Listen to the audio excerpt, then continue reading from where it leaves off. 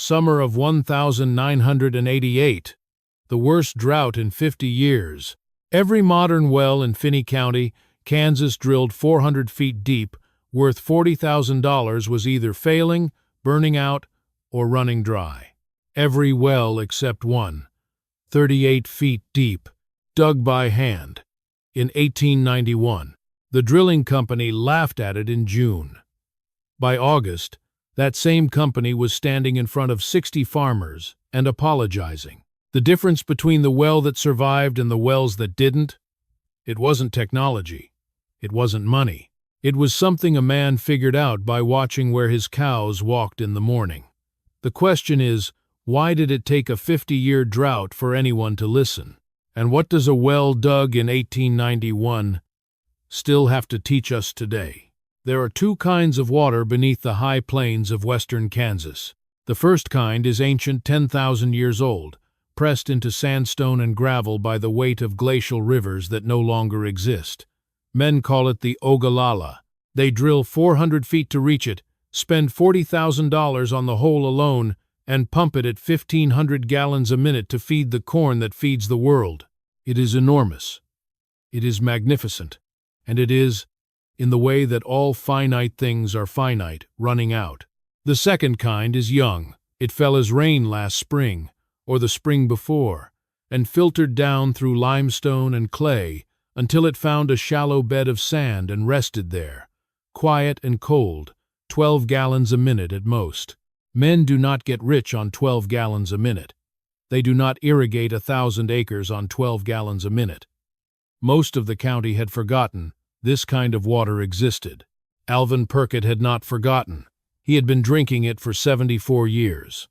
The argument started the way most important arguments in Finney County started at Henderson's feed store on a Tuesday morning in June 1988, with the smell of grain, dust, and diesel in the air, and half a dozen farmers arranged in the chairs around the cold iron stove like a jury that hadn't been told what it was deciding yet.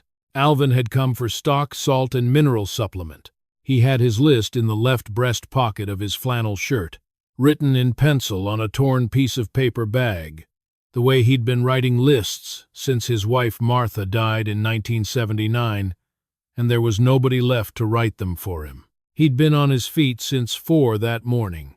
The June sun, already climbing hard by 8 o'clock, had burned the back of his neck on the drive over in the pickup. He was pulling his order from the shelf when the bell above the door jangled and Craig Hollenbeck walked in.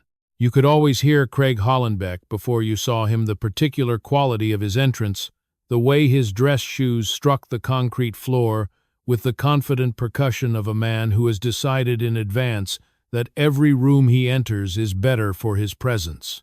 Alvin had known Craig for 11 years. He was not a bad man. He was something more specific than that.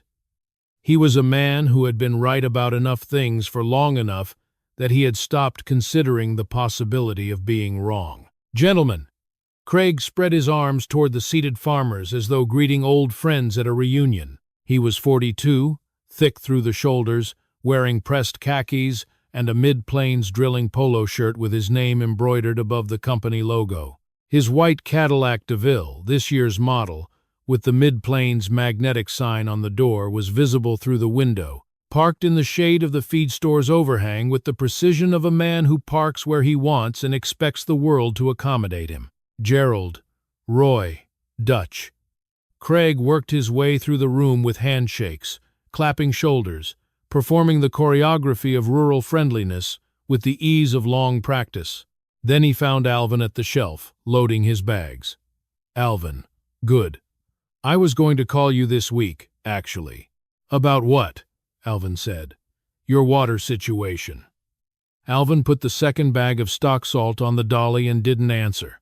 Craig moved to the counter and accepted a coffee from Pete Henderson, black, no sugar. The way he took everything, as if sweeteners were a weakness he'd overcome.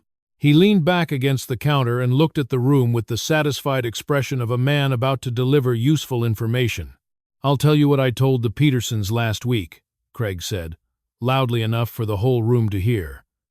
"This drought is not going to break before August. I've got the USDA soil moisture data. I'm talking to the National Weather Service boys twice a week, and the picture is not pretty.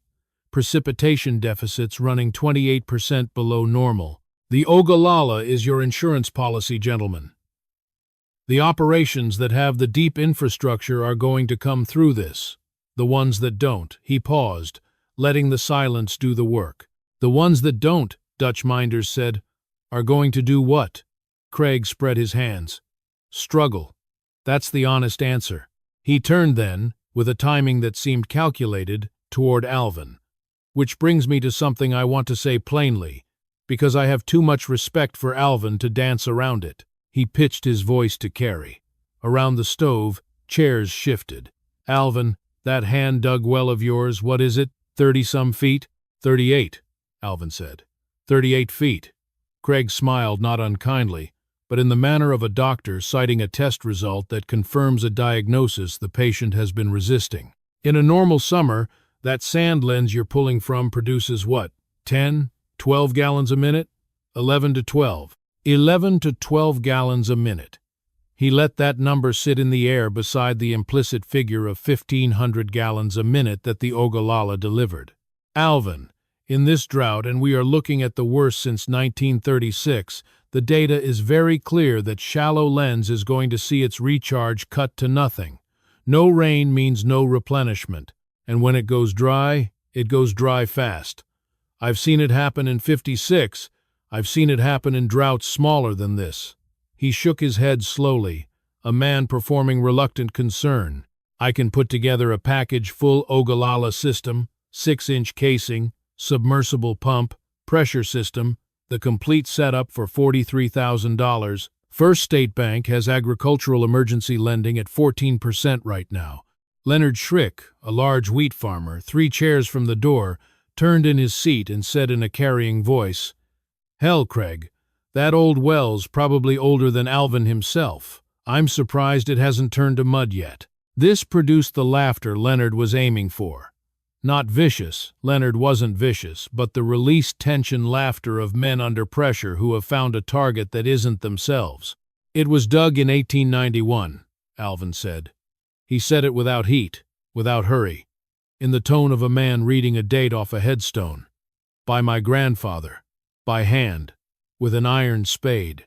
With all due respect to your grandfather," Craig said, and the phrase landed with the specific weight of phrases that mean the opposite. "Hydrology has advanced some since 1891. We understand aquifer dynamics now. We have data. We have satellite soil moisture readings. We have models that tell us exactly how these shallow sand lenses behave under sustained drought pressure. And what the models say is that a system like yours, with no deep connection to the regional aquifer, is the most vulnerable water source in the county when the rains stop." He paused. "I'd hate to see you hauling water in milk cans come August." "When did you last read Grass?" Alvin asked. A short silence. "I'm sorry, Grass. On the south face of a draw in July. What does it tell you?" Craig blinked. He opened his mouth and closed it again. The room watched him with the careful attention of men who have spent their lives reading exactly the things Craig had just been asked about. "I don't," Craig started. "Doesn't matter," Alvin said. He took the dolly handles and began moving toward the register. "I'll think about your proposal, Craig. It's a serious offer," Craig said, recovering his footing. $43,000 for complete water security. I'll leave the paperwork with Pete." He placed a manila folder on the counter with a solid, final sound. Then, to the room, with the easy confidence of a man wrapping up a point he's already won. "I'll tell you what, Alvin. I'll give you $100 for that old well housing. Good seasoned oak like that, it's worth something to a woodworker. Put it toward the deposit on the new system." Alvin took his change from Pete, loaded his bags in the truck, stood for a moment at the driver's door in the June heat. He said without turning around, "That well is not for sale." He drove home. Behind him, he could imagine the conversation continuing inside, Craig laying out his proposal with the brisk confidence of a man who considers the outcome already decided. Leonard Schrick laughing again, Gerald Foust looking at his coffee with the expression of a man who doesn't entirely disagree with what he just heard. Alvin pressed down on the accelerator. He had something to show the drought before it was over. 10 days later, the Finney County Agricultural Cooperative held its monthly meeting in the basement of First Methodist in Garden City, and 51 farmers came, 14 more than the usual attendance. People were scared. Scared people fill more chairs. Craig Hollenbeck was at the front with a projector and acetate slides. He showed precipitation deficits. He showed aquifer levels. He showed yield projections for irrigated versus non-irrigated operations in drought years. The numbers were real. The graphs were accurate. The conclusion that the Ogallala was the only viable answer to the county's water security needs was stated with the confidence of a mathematician announcing a proof. The operations with full Ogallala access, Craig said, clicking to a slide that showed yield comparison bars, are projecting 60 to 70% of normal yield, even in this drought. The operations without that access are looking at 40%. Maybe less. He paused. The choice between those two outcomes is largely a function of infrastructure investment. The question period came, and with it Leonard Schrick, who turned in his chair with that carrying voice and said, "Craig, what about the folks still using stock ponds and hand-dug wells? You figure they're just gonna pray for rain?" Laughter moved through the room. Craig smiled and raised one hand. "I would never suggest prayer as a water management strategy," he said, and the room laughed more. "But look, I respect the history of how people farmed this land. Some of those old systems worked fine in a wet year, but we are not in a wet year." He clicked to a map of the county's wells, color-coded by depth. The handful of shallow or hand-dug wells appeared as pale yellow dots scattered among the deep blue of the Ogallala infrastructure. Those yellow dots are what we might call legacy water sources. Some of them are working right now. Some of them aren't. The question is, what happens in August when the sand dries out? He looked at the map with the expression of a man delivering a verdict that pains him.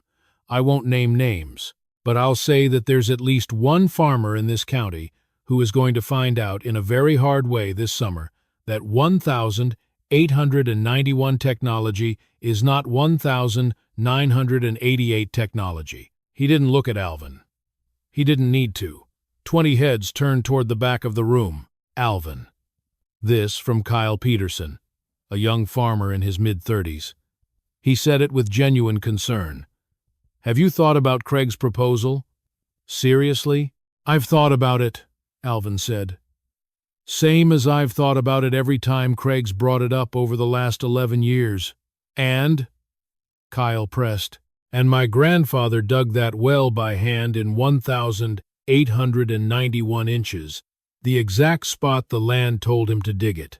In 1935, in the worst drought year of the Dust Bowl, it produced 6 gallons per minute, while 3 drilled wells in this county went dry entirely." He spoke without drama, in the flat, declarative way of a man reciting things he has verified personally. It produced 6 gallons per minute because it doesn't tap a static deposit.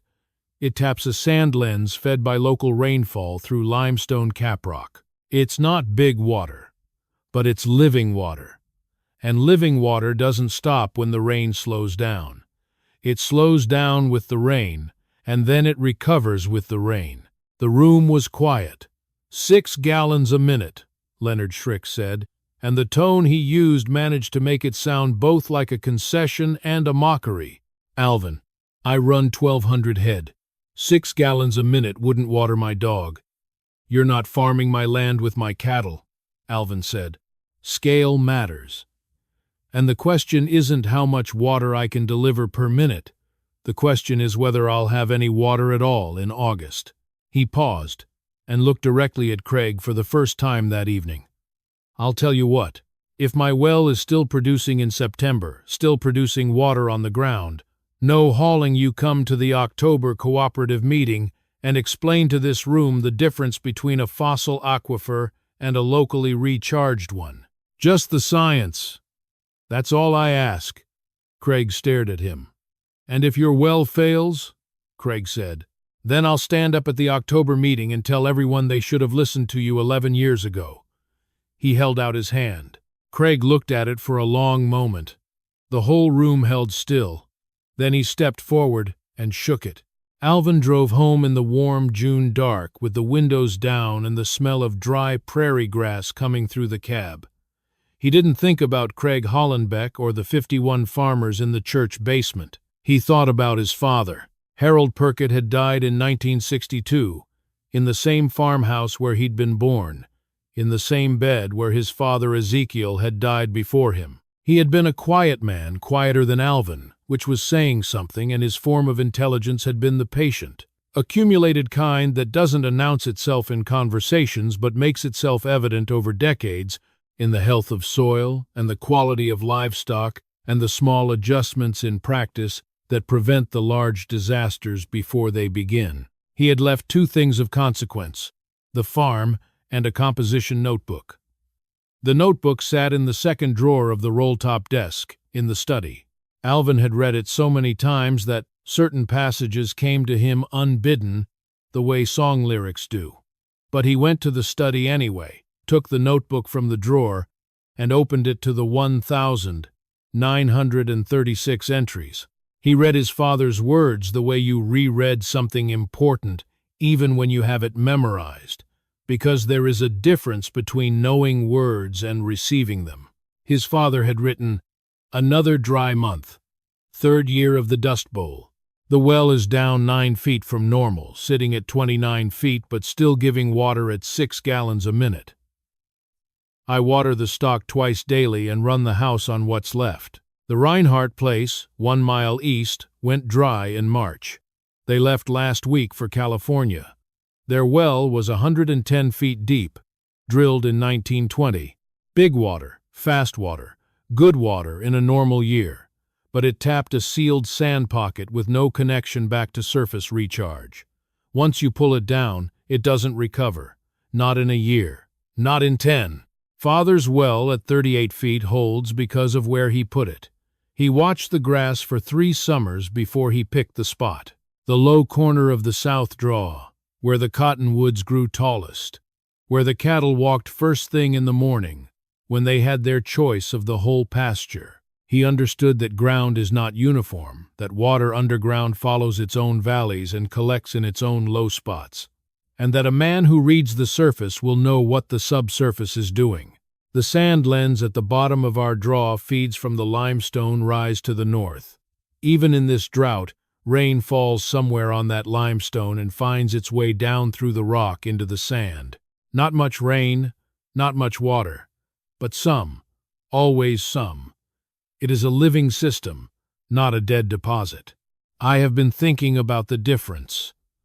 The Ogallala, the big aquifer, is like a savings account accumulated over 10,000 years. You can draw from it and the balance falls, and one day you will draw from it and find the balance gone. Father's well is like a regular income. Less money, but it comes back. In a dry year, the income is small. In a wet year, the income is generous. But it does not stop, because rain does not stop. Not forever. Rain always comes back. The Reinhardts were good people. Their well was 110 feet deep and served them well for 16 years, but they borrowed $800 to drill it, and when it dried up they had no water and they still had the $800 debt. Father dug his well for $12 in iron and rope and his own 2 arms.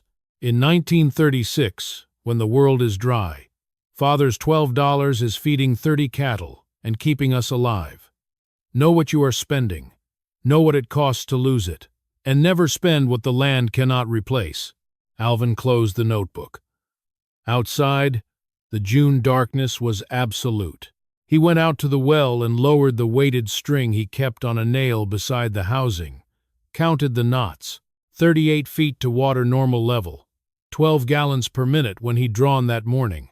He stood in the dark with the smell of well water on the rope, cold, mineral, the faint limestone taste of it, and felt the satisfaction of a man who has placed his faith in something that has not yet failed him, and that he has reason to believe will not fail him.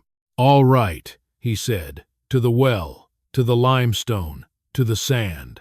He went inside and went to sleep. The drought of 1988 came into its full power in July, like a door opening onto a furnace. Temperature records fell in the first week 104 degrees, 106, and on July 11th, 109.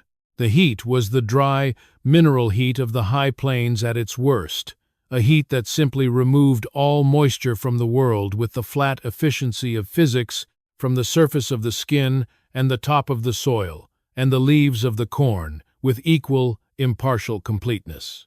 Gerald Foust's operation ran on 2 water sources, a stock pond on the east section and a drilled well at 80 feet. By July 8th, the stock pond had fallen to a foot of standing water, green and warm with algae. By July 14th, Gerald's drilled well was making a short, irregular cycling, running 3 minutes, stopping, running again that the pump technician from Garden City identified immediately. The water table had dropped below the intake. The pump was pulling air.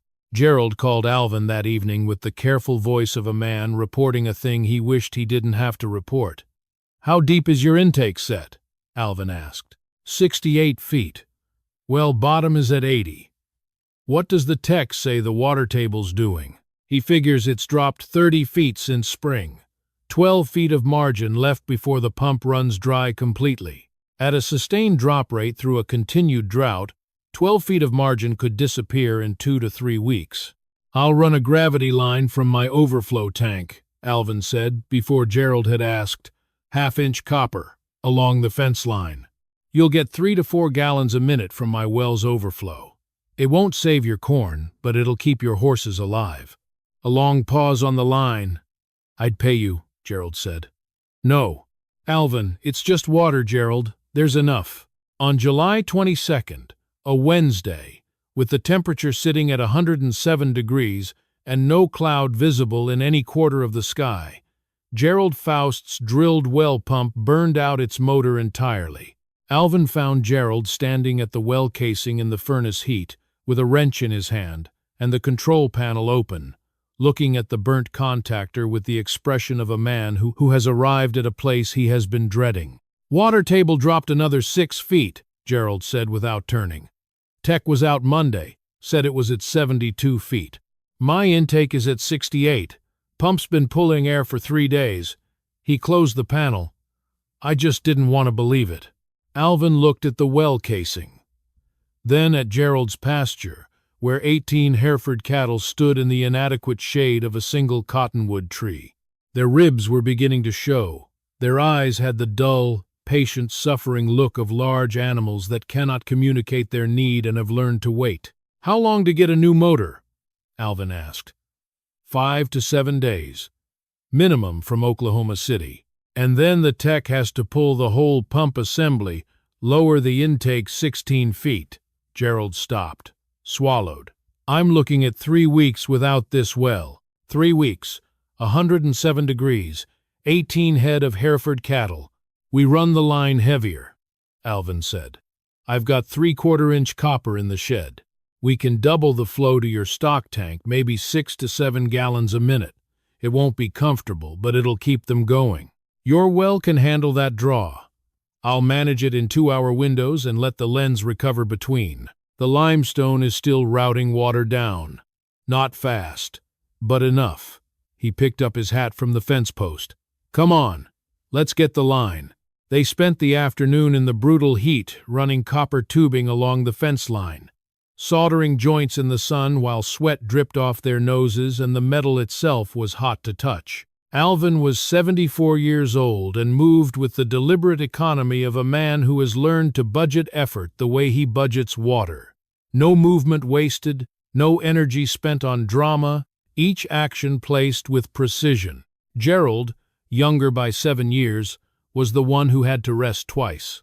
By 4 in the afternoon, water from Alvin's well was running through the copper line and into Gerald's stock tank, 6 gallons a minute. Not the 1,100 that the Ogallala systems delivered, but enough. The cattle came to the tank in groups of 3 and 4, drinking long and steady, their flanks pumping with the relief of animals that have been truly thirsty. Gerald stood watching them for a long time without speaking. "Thank you," he said finally. "Your grandfather helped mine sink fence posts in 1924, Alvin said. "We've been square for a while." 3 miles away, Craig Hollenbeck was having his own kind of difficult day. He had gotten a call that morning from Kyle Peterson's operation reporting that the center pivot irrigation system had stopped. When Craig arrived, the cause was a combination of 3 simultaneous failures. The pump motor was overheating because the water temperature at depth had risen as the aquifer absorbed summer heat. The electrical control panel had developed a short circuit from the combination of heat and dust infiltration, and the GPS guidance system for the pivot arm had lost its satellite signal due to ionospheric interference from the extreme heat event. 3 problems arriving together on the day the corn needed water most. Craig sat in Kyle's kitchen and looked at the repair estimate. $4,200 for the motor, $800 for the panel, and 2 to 3 days minimum wait for a replacement GPS control board. 2 to 3 days, Kyle said. "My corn is in pollination, Craig. This week is the week. 4 days without water during pollination." "I know," Craig said. "I need it fixed today. The motor I can have here tonight, I've got one in the truck. The panel we can bypass. But the GPS, what do I need a satellite for?" "The pivot arm makes a circle. It doesn't need to talk to a satellite to make a circle. The control system won't run the arm without a valid GPS signal. It's a safety interlock. My grandfather's equipment didn't need a satellite to water a field," Kyle said. Craig had no answer for that.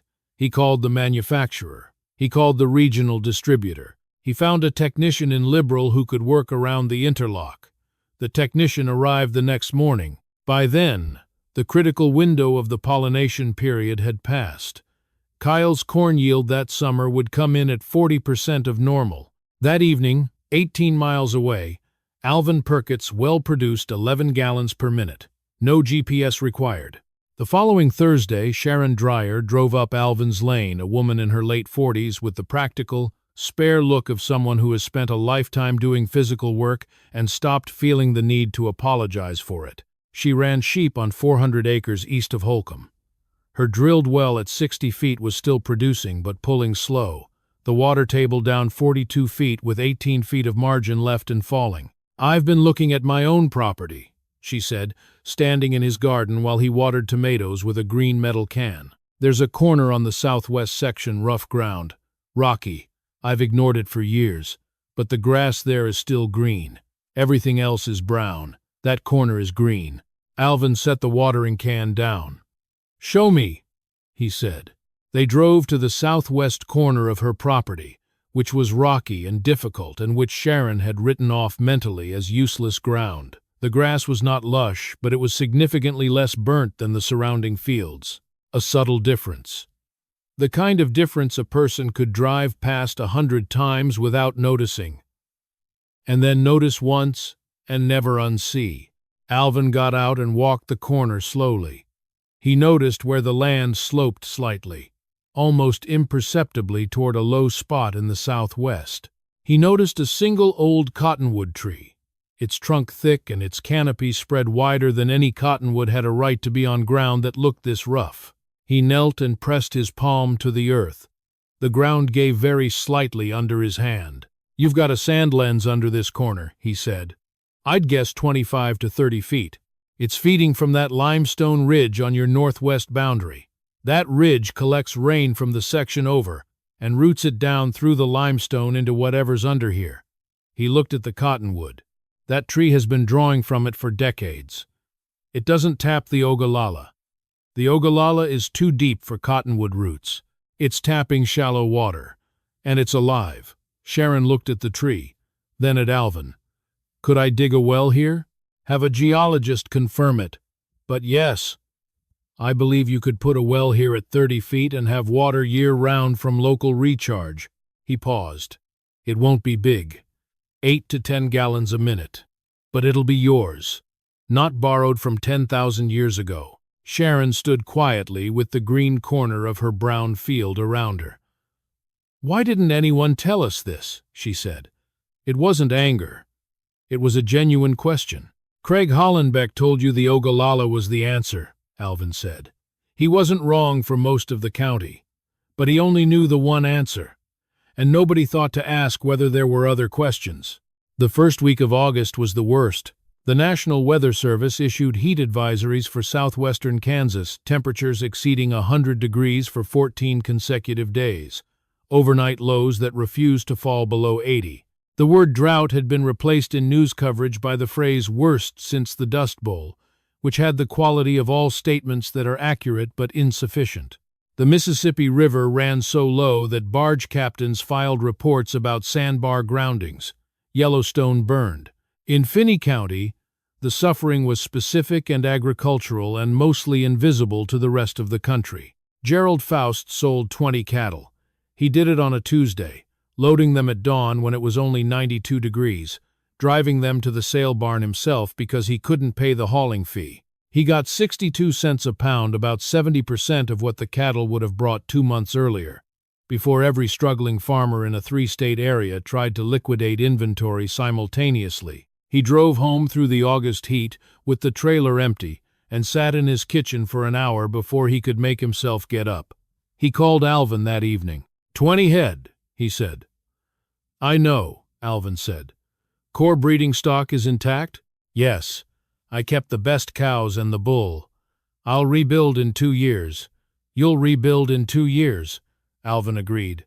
"Good land and good stock." "Craig's system would have prevented this," Gerald said. "Not an accusation, just arithmetic." "Possibly," Alvin said. "Or it would have given you more corn that you couldn't sell at a profit, because every other irrigated operation in the county was also producing corn, and the price was down 40%.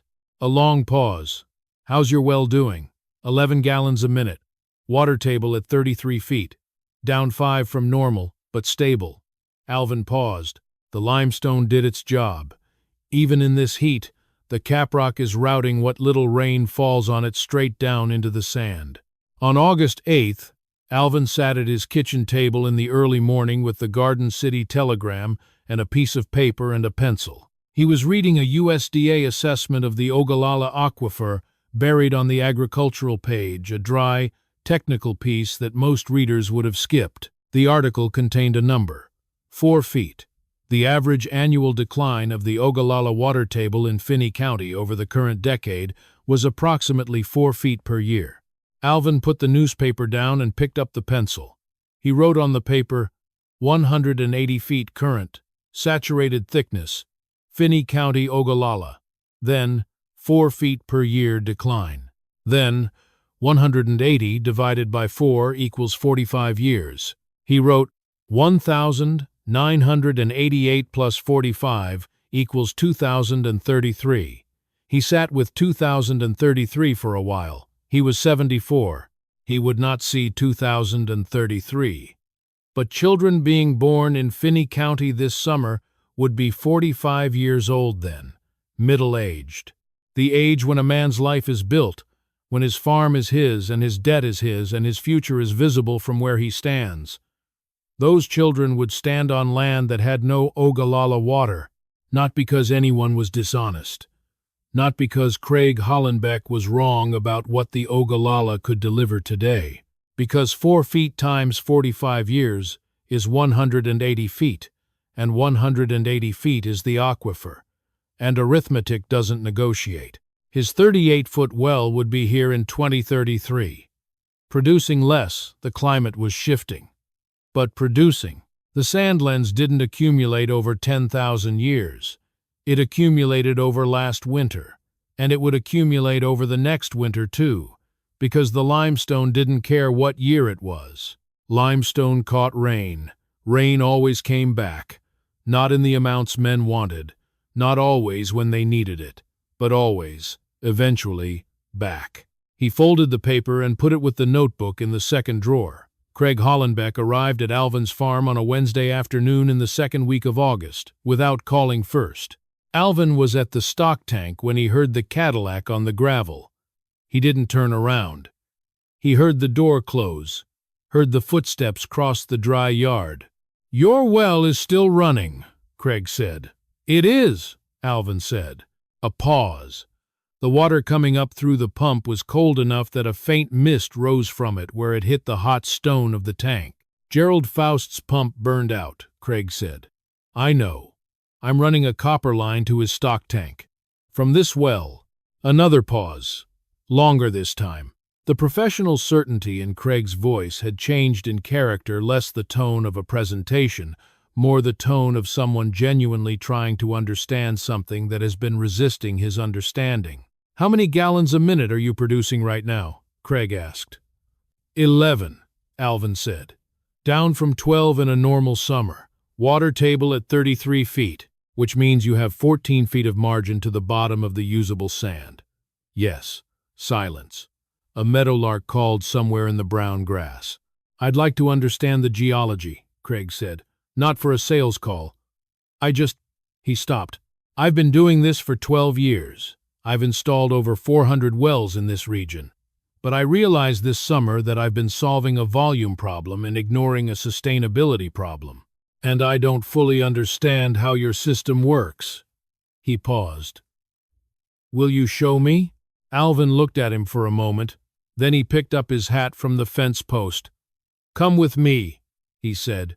He led Craig up the slight rise to the north of the house, 100 yards in the August heat, to where the limestone outcrop showed through the thin soil, gray-white and layered, running roughly east to west across the upper edge of the property. "This is your caprock," Craig said. "The rain that falls on this ridge percolates down through the limestone and follows the slope underground. The limestone acts like a funnel. It collects from a catchment area of about 400 acres and roots everything down into the sand at the bottom of the draw. That's where the well sits." He turned. "My grandfather noticed that the grass in that low corner stayed green 3 weeks longer than anywhere else on the property in dry summers. He noticed the cattle walked there first thing in the morning when they had free range. He noticed a cottonwood growing there that was twice the size of any other cottonwood on the property. He spent 3 summers watching before he picked the spot. Then he dug 38 feet by hand, and when he hit cold sand at the bottom, he stopped." Craig was looking at the limestone with the expression of a man recalibrating. "The recharge is local," he said, "not connected to the Ogallala at all. Completely separate. It recharged last spring from local rainfall, the spring before that, going back further than either of us can calculate. And in a drought year, the recharge is reduced, but not stopped, because it doesn't require the whole county to get rain. It requires 400 acres of limestone catchment to get some rain." He paused. "The Ogallala gets recharged from the Rocky Mountains, hundreds of miles away, over thousands of years. This well gets recharged from last April. Which one recovers faster when the drought breaks?" Craig was quiet for a long time, looking at the limestone with the specific focus of a professional encountering a category of problem he has not previously mapped. "I've been in this business for 12 years, he said finally, "and I have never had a client walk me through the local recharge geology of their property." He paused. "I have never asked." "No," Alvin said, "because I had an answer that worked most of the time. And when a man has an answer that works most of the time, he stops looking for the times it doesn't." "That's right," Alvin said. Craig stood looking at the limestone for another long moment. Then he turned to face the well housing in the draw below the weathered oak cover, the hand-cranked windlass, the 38 feet of rope descending into cold sand that a man had spent 3 years finding before he spent $12 digging to it. "The October meeting," Craig said quietly. "I'll be there. And I'll say what needs to be said." The drought broke in the first week of September, with a front that moved through over 2 days, delivering 3 inches of rain. Not enough to undo the summer's damage. Not enough to refill the stock ponds or restore the corn or unsell Gerald Foust's 20 cattle. But rain. Real rain. Soaking rain. The kind that seeps rather than runs. Alvin measured the water table that afternoon. 36 feet. Up 2 feet from the August low of 33. The limestone caprock, drinking in 3 inches of rain and routing it through 400 acres of catchment, had already begun returning water to the sand below. He noted the measurement in his notebook. September 3rd, 1,988. Water table 36 feet. Recovery has begun. 58 farmers came to the October Cooperative meeting, the most anyone could remember in a decade.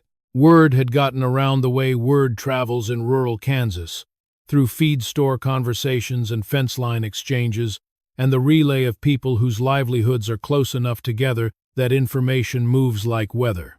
What had gotten around was a fact, not a story. Alvin Purckett's 38-foot hand-dug well had produced water through the entire summer of 1,988, through the worst drought since the Dust Bowl, while other wells, good wells, modern wells, expensive wells, had failed or faltered or required emergency repair from manufacturers in other states. The fact gathered additional facts as it traveled: that Alvin had run a copper line to Gerald Foust's cattle, that Gerald's cattle had survived, that the well at 38 feet was back to 12 gallons a minute now that September had brought rain. Craig Hollenbeck stood at the front of the room without his projector.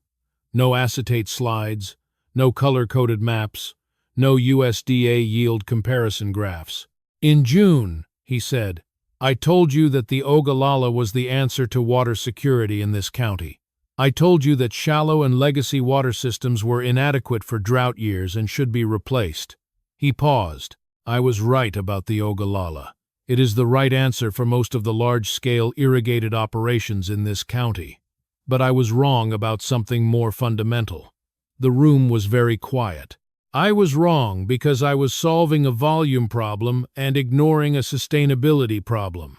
I was thinking about how much water a system could deliver per minute, and I wasn't thinking about whether that delivery was sustainable over decades. And I was dismissing older systems built by farmers who read their land before they ever put iron in it, as obsolete technology, when in fact they were expressions of local geological knowledge that took generations to accumulate, and that I simply didn't have." He looked at Alvin, sitting in the same seat he'd occupied in June, back row, near the door, hat on his knee. Alvin Purckett's well at 38 feet produced 11 gallons per minute through the summer of 1,988. It watered his 42 head of cattle. It supplied water to Gerald Foust's stock through a gravity line for most of August. It never failed. It never required a service call. It never needed a replacement control board shipped from a manufacturer in another state. He paused. It did these things because Alvin's grandfather read the grass and the cottonwoods and the cattle trails on that property for 3 summers before he picked a spot and put a spade in the ground. He looked around the room, 58 faces looking back. The Ogallala is far deeper, far larger, and far more reliable in the near term than any shallow system. I stand by the Ogallala infrastructure for large-scale irrigation. But at current extraction rates, the Ogallala in Finney County is declining at approximately 4 feet per year. The current saturated thickness is about 180 feet. He stopped. "You can do that arithmetic yourselves." Several people in the room did. The silence that followed had a particular quality, the silence of people reorganizing something they believed. "I should have told you that in June," Craig said. "I had the data. I chose not to lead with it because I was here to sell a product and the depletion problem is bad for sales. That was wrong." He looked at his hands briefly, then back at the room. "Going forward, my company is committing to provide every client with a full local recharge assessment before recommending any well system. If your property has shallow recharge potential, you'll know about it. A local recharge well won't replace the Ogallala for large-scale irrigation, but for stock water, for drought backup, for household supply, it can be the difference between a farm that survives and a farm that doesn't." He sat down. Roy Beckham said, "Thank you, Craig." Then, "Alvin, do you want to say anything?" Alvin stood, put his hat on. Craig said what needed saying, he said. "I'd add one thing. The people who built this county before us read this land slowly, over years, before they committed to it. We have better tools now, better data, better machines, but the land still rewards reading. It rewards patience and observation, and the willingness to accept that what's under your ground is different from what's under your neighbor's. He looked around the room. Learn your ground, that's all. He sat down. The following Sunday, Gerald Foust came to dinner, and Ruth came too, which meant there was apple pie with a crust that Alvin had been eating for 30 years and privately considered the finest in the western half of Kansas. They ate at the kitchen table with the windows open to the September evening. I hired a hydrogeologist, Gerald said, when the pie was finished. The one Craig recommended. She's coming next month to look at the northeast corner. Good, Alvin said. If there's something there, I'll put in a shallow well. Keep it as backup for the stock. He was quiet a moment. I should have done it years ago. You didn't know the question to ask, Alvin said. Neither did Craig. Gerald looked at his coffee cup. 20 cattle. It set me back 2 years in the breeding program. You'll rebuild. You said that before. I'll keep saying it until it happens. Ruth Foust, who had been listening to this exchange with the patience of a woman who has heard variations of it for 40 years, said, Alvin, if you'd had Craig's deep well system, would anything have been different this summer? Alvin thought about it honestly, because Ruth deserved an honest answer. My operation would have been the same, he said. I don't run enough acreage for the deep system to make economic sense. Nothing would have been different. Except I'd have had a $43,000 debt. No debt, Ruth said. Never had debt on this farm. My grandfather paid $12 for the well. My father paid for everything as he went. I've done the same. He paused. The freedom to make decisions slowly, to wait out a bad year, to refuse a bad price, to keep cattle when everyone else is selling comes from not having payments to make. You can't put a number on that freedom, but it's real. Ruth nodded, and Gerald nodded, and the September evening came in through the screens with the smell of the harvest and the beginning of the season's cooling, and nothing more needed to be said. The well is still there. It stands in the side yard of the Purckett farmhouse in Finney County, Kansas, in a housing of weathered oak boards rebuilt twice since Ezekiel Purckett first put timber over the hole he dug in 1891. The hand-cranked windlass that Alvin rebuilt in 1971 is still in place. The rope is newer, changed every 10 years, which is Alvin's granddaughter Kate's practice now, continued from her father Thomas's practice, continued from Alvin's practice before that, continued from Harold's practice before that. The rope descends 38 feet into cold sand and comes up wet, the way it has come up wet every morning for 133 years. Alvin Purckett died in January 2001, on the farm, in the house his father was born in, without debts and without regret. Gerald Faust's northeast corner, assessed by the hydrogeologist in the fall of 1988, contained a limestone-fed sand lens at 31 feet. Gerald installed a shallow well there in the spring of 1989, and it produced 9 gallons per minute through the drought of 1996 and the drought of 2011 and every dry summer since. Sharon Dreier's southwest corner well, dug in 1990 at 28 feet, produces 8 gallons per minute in a normal year.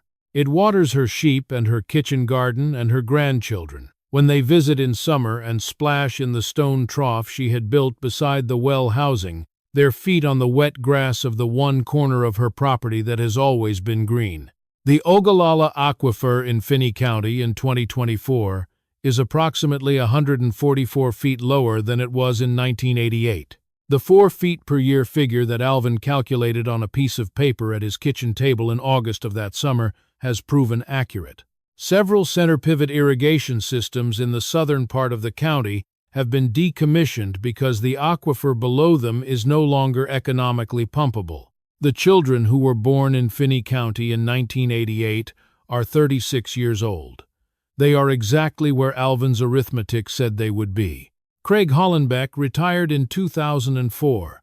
In a letter he sent to Thomas Purckett that year, he wrote, "Your father changed how I thought about water.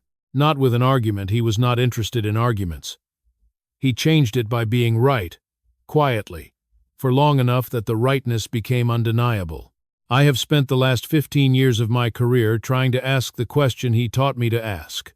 Not how much water can we extract, but where does this water come from? And will it still be coming in 40 years? I don't always have a good answer, but at least I'm asking the right question now.